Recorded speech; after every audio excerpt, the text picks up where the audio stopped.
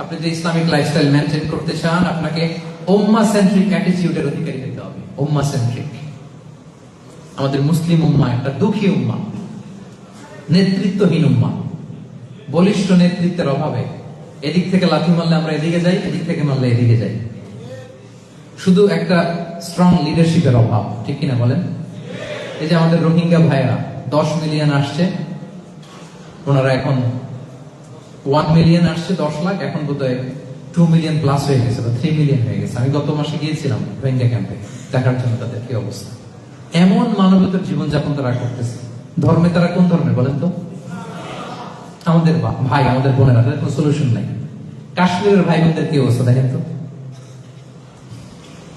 আর গাজার অবস্থা নাই বা বললাম।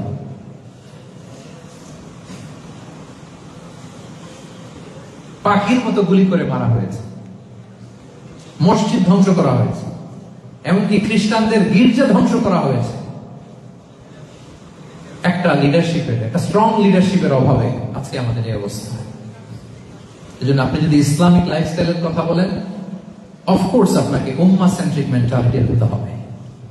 এই দুঃখী উম্মাহকে নিয়ে আপনার প্রজেক্ট থাকতে হবে। আমরা আমাদের নিজেদের শক্তি, সম্ভাবনা, ঐতিহ্য এগুলো একেবারে ভুলতে বসেছি।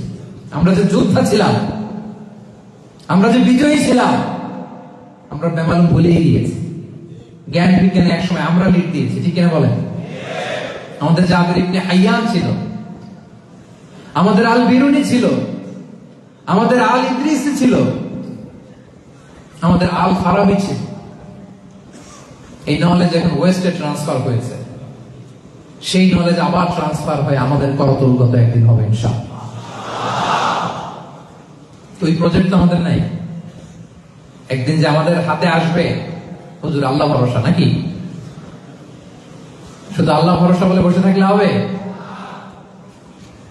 সেলফ সেন্টার্ড হওয়া যাবে না, উম্মাহ সেন্ট্রিক আমাদেরকে হতে হবে। উম্মার জন্য আপনার হৃদয়ে একটা দরদ থাকতে হবে। অন্যের জন্য কাজ করার একটা মেন্টালিটি আমাদের গ্রো করতে হবে।